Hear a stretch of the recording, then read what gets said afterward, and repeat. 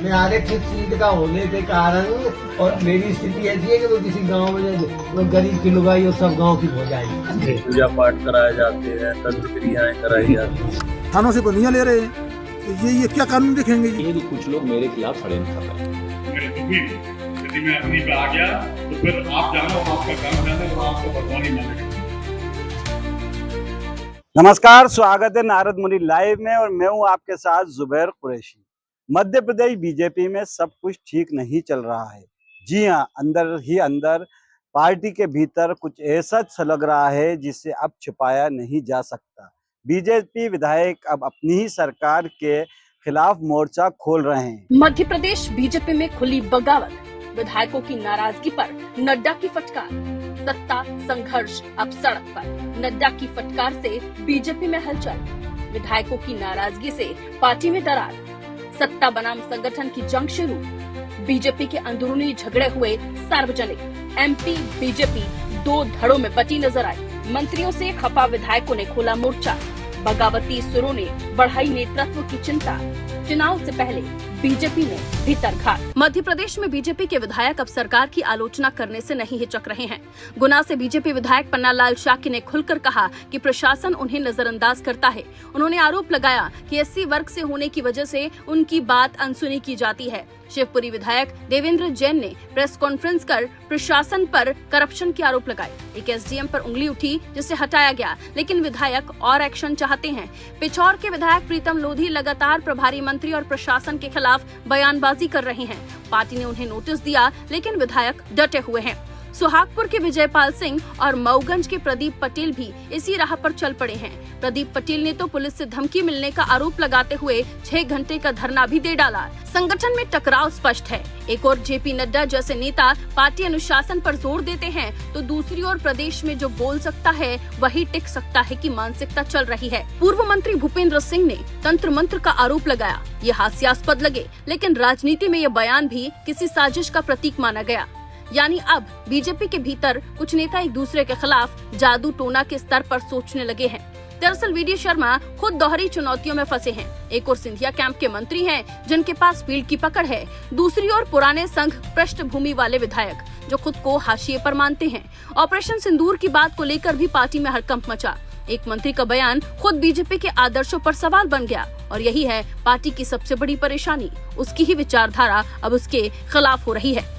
तो सवाल ये उठता है कि क्या ये बगावत है या सिर्फ स्थानीय मुद्दों की आवाज? क्या बीजेपी के विधायक सरकार के कामकाज से वाकई नाराज हैं या ये किसी राजनीतिक स्क्रिप्ट का हिस्सा हैं? और सबसे बड़ा सवाल, अगर विधायकों की शिकायतें जायज हैं तो पार्टी उन्हें दबाने की बजाय सुधार क्यों नहीं करती? और अगर ये बगावती सुर है, अनुशासनहीनता है, तो एक्शन क्यों नहीं लिया जाता? क्यों पार्टी इन विधायकों के आगे झुक रही है?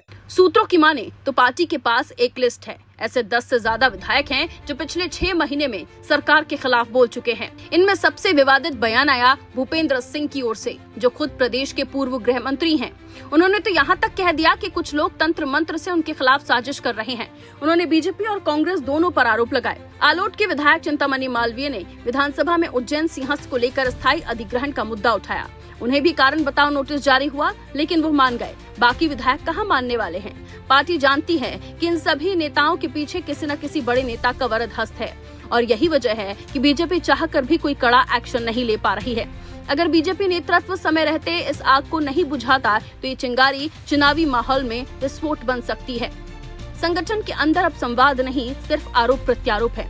हर विधायक खुद को उपेक्षित महसूस कर रहा है और नेतृत्व के पास या तो कोई ठोस रणनीति नहीं है या फिर वो इतने मजबूर हैं कि कार्रवाई की हिम्मत नहीं जुटा पा रहे हैं। और यही है इस पूरी कहानी की सबसे बड़ी ट्रेजेडी। भाजपा अपने ही लोगों से डर रही है। ये अंदर खाने की बात यह है कि कई विधायक खुद को नेक्स्ट इन लाइन मानते हैं। वो मंत्री बनना चाहते हैं, टिकट पक्का करना चाहते हैं और कुछ तो खुद को सीएम मटेरियल भी समझते हैं। लेकिन अब जब सरकार पुराने नेताओं से चिपकी है तो ये विधायक असंतोष की राजनीति का सहारा ले रहे हैं। पर अब सवाल बीजेपी के शीर्ष नेतृत्व पर, क्या जेपी नड्डा, अमित शाह और नरेंद्र मोदी इस गिराते विद्रोह को संभाल पाएंगे या फिर ये बगावत आने वाले चुनाव में कांग्रेस या अन्य दलों को ऑक्सीजन देगी? राजनीतिक विश्लेषकों की माने तो अगर यही स्थिति रही तो बीजेपी को एमपी में भारी नुकसान हो सकता है। 2018 में भी पार्टी को अंदरूनी कलह की वजह से बहुमत नहीं मिल पाया था। 2023 में वापसी जरूर हुई, लेकिन हालात बहुत बदले नहीं हैं। अगर पार्टी अपने विधायकों को नहीं साध पाई तो 2028 या उससे पहले होने वाले लोकसभा चुनाव में इसका असर दिख सकता है।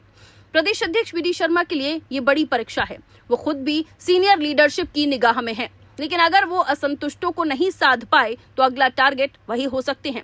अब पार्टी के लिए चुनौती सिर्फ जनता को जीतना नहीं बल्कि अपनों को मनाने की भी है। अगर यही हाल रहा तो जो विधायक आज पार्टी के भीतर से आवाज उठा रहे हैं वो कल बाहर से पार्टी के लिए चुनौती बन सकते हैं। कांग्रेस पहले ही इन बगावतों को मुद्दा बना रही है और विपक्षी खेमे में इस आत्मघात का जश्न मनाया जा रहा है।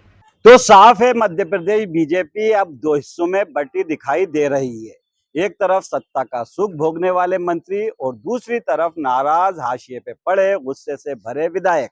जेपी नड्डा ने वीडी शर्मा को चेताया है। अब देखना है कि ये चेतावनी नेताओं को लाइन पर लाती है या बगावत और तेज होती है। लेकिन सवाल आपके लिए भी है, क्या भाजपा समय रहते अपने घर की आग बुझा पाएगी या आने वाले विधानसभा चुनाव में इस बगावत का दाम पार्टी को सत्ता से चुकाना पड़ेगा? करें और हाँ, अपनी राय में कमेंट जरूर करें और चैनल को सब्सक्राइब करना और बेल आइकन का बटन दबाना ना भूलें। आपने सभी दर्शकों से एक निवेदन, सभी धर्मों का सम्मान करें, किसी के बहकावे में ना आए, क्योंकि सारे जहां से अच्छा हिंदुस्तान हमारा। नमस्कार, जय हिंद।